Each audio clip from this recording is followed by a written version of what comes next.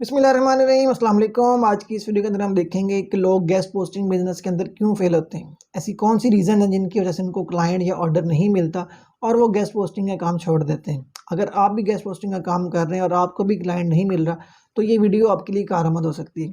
तो हम देखेंगे कि ऐसी कौन सी रीज़न है जिनकी वजह से क्लाइंट या ऑर्डर आपको जो है वो नहीं मिल रहा और आप इन रीज़न्स को किस तरह से रिमूव करके एक अच्छा क्लाइंट या ऑर्डर जो है वो ले सकते हैं गेस्ट पोस्टिंग का।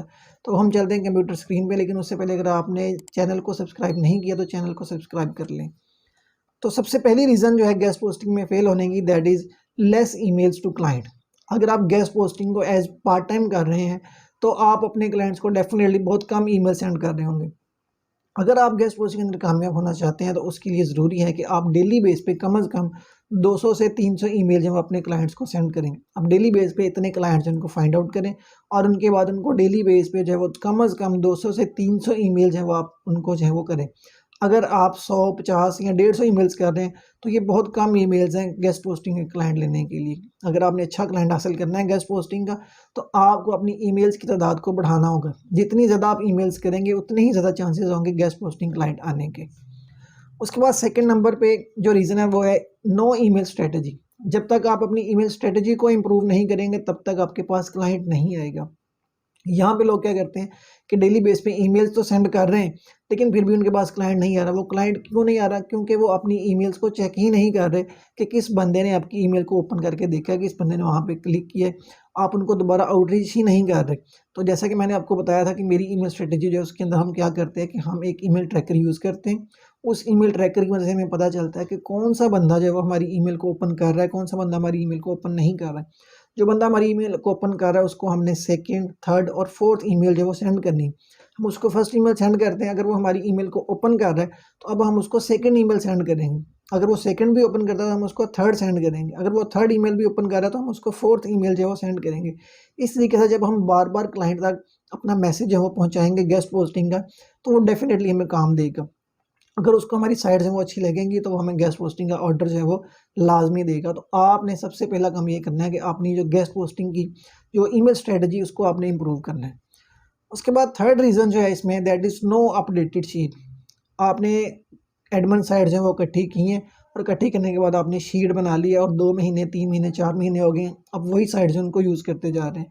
तो वहाँ से क्लाइंट आपको कैसे मिलेगा जब तक आप अपनी शीट को अपडेट नहीं करेंगे। यहाँ पे गूगल हर महीने जो है वो अपडेट निकाल देता है और बहुत सारी साइट जो होती है उनकी ट्रैफ़िक को लो कर देता है। आप जो साइट सेंड कर रहे होंगे हो सकता है उनमें ऐसी साइट्स भी मौजूद हो जिनकी ट्रैफ़िक जो है वो बहुत कम हो चुकी हो। तो ऐसी साइट जब क्लाइंट के पास जाएँगी तो वो कैसे उन साइट्स के ऊपर जो है वो ऑर्डर दें। तो आपने अपनी एडमिन साइट्स की जो शीट है उसको वीकली बेस पे ना सही कम से कम मंथली बेस पे लाज़मी उसको जो है वो अपडेट करें, उसको चेक करें कि आपके पास जो साइट्स मौजूद हैं उनकी ट्रैफ़िक जो है वो अच्छी है या कि नहीं है। या एटलीस्ट जो साइट्स आप अपने क्लाइंट्स को सेंड कर रहे हैं उनको आप एक दफ़ा चेक ज़रूर कर लें कि जो साइट्स आप अपने क्लाइंट को सेंड कर रहे हैं उन साइट्स की ट्रैफ़िक जो है वो ठीक है या कि नहीं है, ठीक है। उसके बाद नंबर 4 रीज़न है वो है लो क्वालिटी साइट्स। अगर आप ऐसी साइट्स यूज़ करें जिनकी क्वालिटी लो है, जिनके ऊपर कंटेंट जो है वो अच्छा मौजूद नहीं है या उनकी ट्रैफ़िक जो है वो कम है, इंडियन ट्रैफ़िक ज़्यादा है, पाकिस्तानी ट्रैफ़िक ज़्यादा है या किसी दूसरी कंट्री की ट्रैफ़िक ज़्यादा है, तो ऐसी साइट्स जो हैं वो काबिल कबूल नहीं होंगी गेस्ट पोस्टिंग के अंदर। गेस्ट पोस्टिंग के अंदर सिर्फ़ वही साइट्स जो हैं वो कारगर समझी जाती हैं जिनकी यूएस की ट्रैफ़िक जो है वो मैक्सिमम होती है। कम से कम उस वेबसाइट की जो यूएसए की ट्रैफ़िक है वो 1000 होनी चाहिए। 1000 से नीचे अगर किसी वेबसाइट की ट्रैफ़िक है तो उस पे गेस्ट पोस्टिंग के क्लाइंट के चांसेस जो हैं वो बहुत कम हो जाते हैं। तो आप कम से कम ऐसी साइट जो है वो फाइंड आउट करें जिनके अंदर यूएसए की ट्रैफ़िक जो है वो 1000 या उससे ज़्यादा हो। उसके बाद दूसरी चीज़ आपने ये चेक करनी है कि जब आप सेमरज के अंदर अपनी वो साइट जो है उसको डालते हैं चेक करने के लिए ट्रैफ़िक वगैरह, तो वहाँ पे वो आपको एक ग्राफ शो करवाता है। उस ग्राफ में आप उसका 1 मंथ का, 6 मंथ का, 1 साल का या पिछले 2 साल का जो फीडबैक है ट्रैफ़िक का, वो चेक कर सकते हैं कि वहाँ पे पिछले 2 साल से इस वेबसाइट की ट्रैफ़िक जो है वो कैसी जा रही है, उसका ट्रेंड जो है वो किस तरह से है। अगर तो उसकी वेबसाइट की ट्रैफ़िक जो है वो कांस्टेंट है, तो वो एक अच्छी वेबसाइट है। लेकिन अगर उस वेबसाइट का जो ग्राफ है, वो एक दफ़ा ऊपर जाने के बाद डाउन हो चुका है, यानी एक वेबसाइट जिसकी ट्रैफ़िक पहले 1 मिलियन थी और अब उसकी ट्रैफ़िक जो है वो 5000, 10,000 या 15,000 है, तो इट मीन्स कि वो वेबसाइट जो है वो गूगल से पेनलाइज़ हो चुकी है। गूगल ने इस वेबसाइट को हिट किया जिसकी वजह से उसकी ट्रैफ़िक जो है वो डाउन हो गई है। तो ऐसी साइट्स के ऊपर जो गेस्ट पोस्टिंग क्लाइंट हैं वो कभी भी ऑर्डर नहीं देते। उन्हें वो साइट चाहिए होती है जिनकी ट्रैफ़िक जो है वो कांस्टेंट हो और जिनकी क्वालिटी जो है वो अच्छी हो।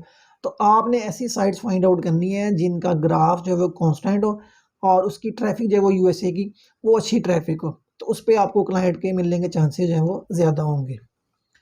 इसके बाद नेक्स्ट हम बात करते हैं stick to one method of finding clients. अगर आप क्लाइंट्स फाइंड आउट कर रहे हो सिर्फ एक मेथड को आपने पकड़ के बैठ गए कि हमने ब्लॉगिंग साइट से ही जो क्लाइंट्स हैं उनको फाइंड आउट करना है और उन्हीं को जो है वो हमने आउटरीच करना है, तो ये आप गलती कर रहे हैं।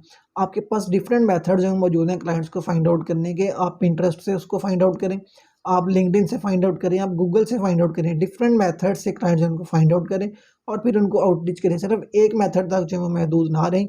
जितनी ज़्यादा वैरायटी आप यूज़ करेंगे उतने ज़्यादा चांसेस होंगे कि आपके पास गेस्ट पोस्टिंग का एक अच्छा क्लाइंट जो है वो आ जाएगा।